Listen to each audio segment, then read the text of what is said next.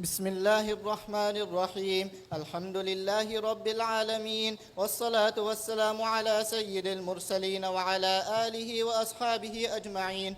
أما بعد، وبالسند المتصل منا إلى الشيخ الإمام الهمام الحافظ الحجة أمير المؤمنين في الحديث أبي عبد الله محمد بن إسماعيل بن إبراهيم بن المغيرة بن البردزبة الجعفي اليماني البخاري رحمه الله تعالى، اللهم انفعنا بعلومه وعلومهم آمين يا رب العالمين، أنه قال: بسم الله الرحمن الرحيم. باب كيف كان بدء الوحي إلى رسول الله صلى الله عليه وسلم. وقول الله عز وجل: إنا أوحينا إليك كما أوحينا إلى نوح والنبيين من بعده.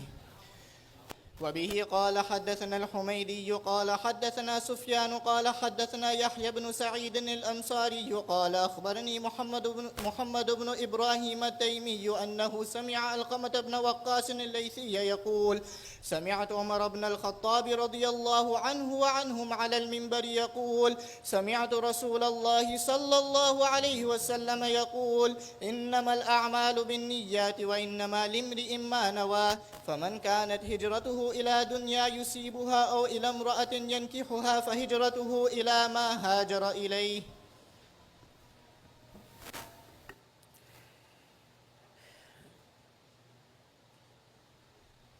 یہ کتاب جس کو بخاری کہا جاتا ہے،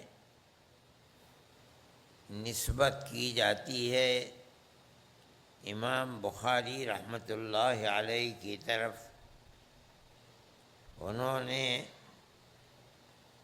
لاکھوں احادیث کے اندر انتخاب کر کے چند ہزار احادیث کو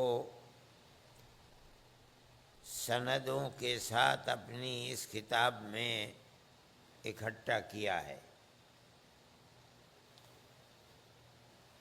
حدیث کی بہت سی کتابیں ہیں۔ امام مسلم رحمۃ اللہ علیہ نے ایک کتاب میں حدیثوں کو جمع کیا، ابو داؤد نے جمع کیا، ترمذی نے جمع کیا، امام نسائی نے جمع کیا، امام مالک رحمۃ اللہ علیہ اور امام محمد رحمۃ اللہ علیہ اجمعین نے جمع کیا۔ اسی طرح سے ایک کتاب یہ ہے جس کو امام بخاری رحمۃ اللہ علیہ نے جمع کیا۔ یہ کتاب علم حدیث کی کتاب ہے۔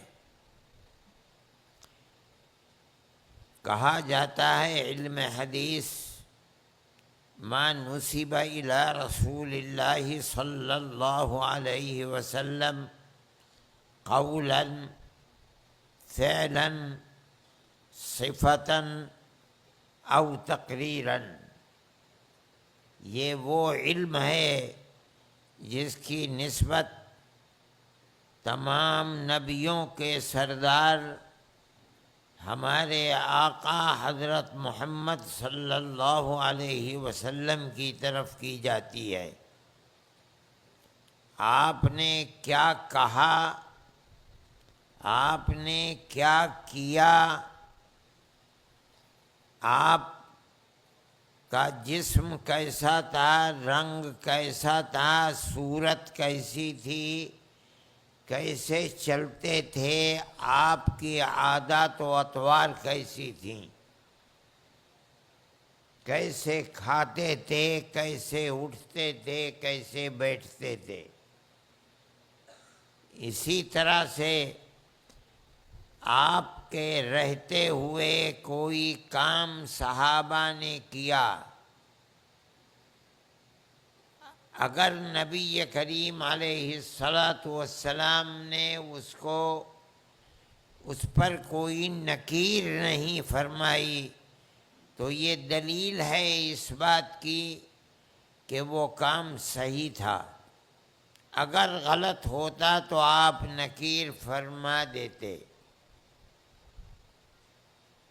چونکہ دین کا مدار صحابہ کے اوپر ہے، پہلی اینٹ صحابہ کی چلتی ہے، قیامت تک اگر یہ اینٹ سیدھی رہے گی تو دیوار سیدھی ہوگی۔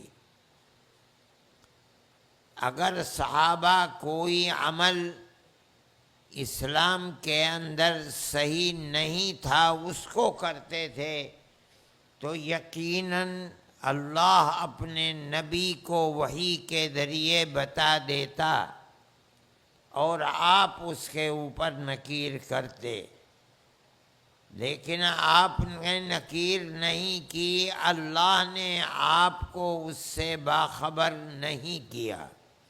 یہ دلیل اس بات کی ہے کہ وہ عمل صحیح تھا، اسی کو تقریر کہا جاتا ہے۔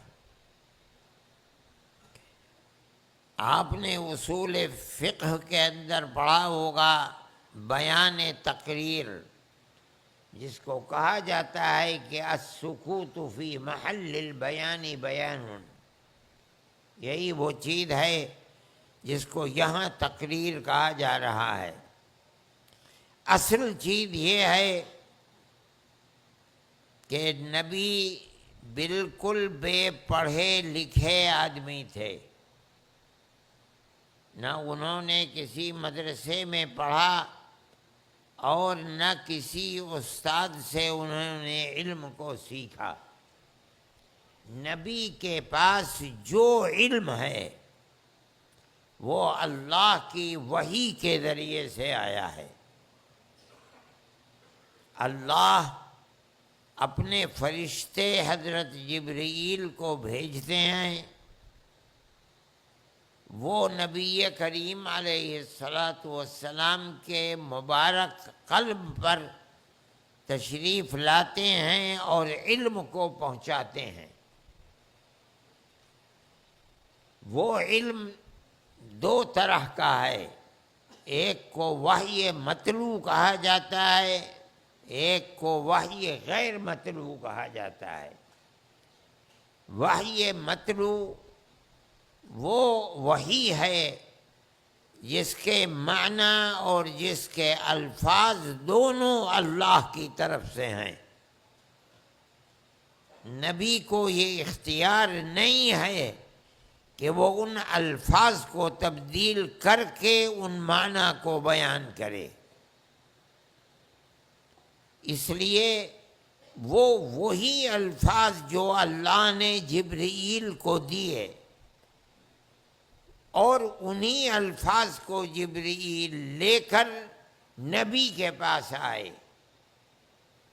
اللہ نے انہی الفاظ کو نبی کے سینے میں محفوظ کر دیا، آپ نے انہی الفاظ کو لکھوا دیا، انہی الفاظ کو صحابہ نے محفوظ کر لیا۔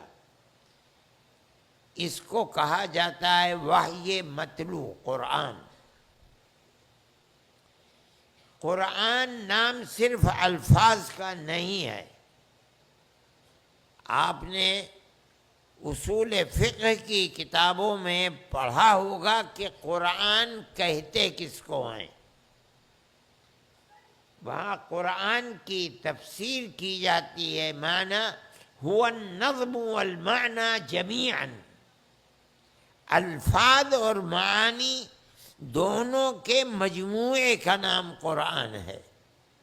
مطلب کیا ہے کہ جبرائیل امین اللہ کے پاس سے الفاظ بھی لے کر آتے تھے، ان الفاظ میں مراد خداوندی کیا ہے، اللہ کیا فرمانا چاہتا ہے، وہ بھی لے کر کے آتے تھے۔ نبی کو الفاظ دیتے تھے اور اس کے بعد ان الفاظ میں اللہ کیا فرمانا چاہتا ہے وہ بھی نبی کو دیا کرتے تھے۔ نبی کریم علیہ السلام ان الفاظ کو صحابہ کو بتلاتے تھے اور اس کے اندر جو معنی چھپے ہوئے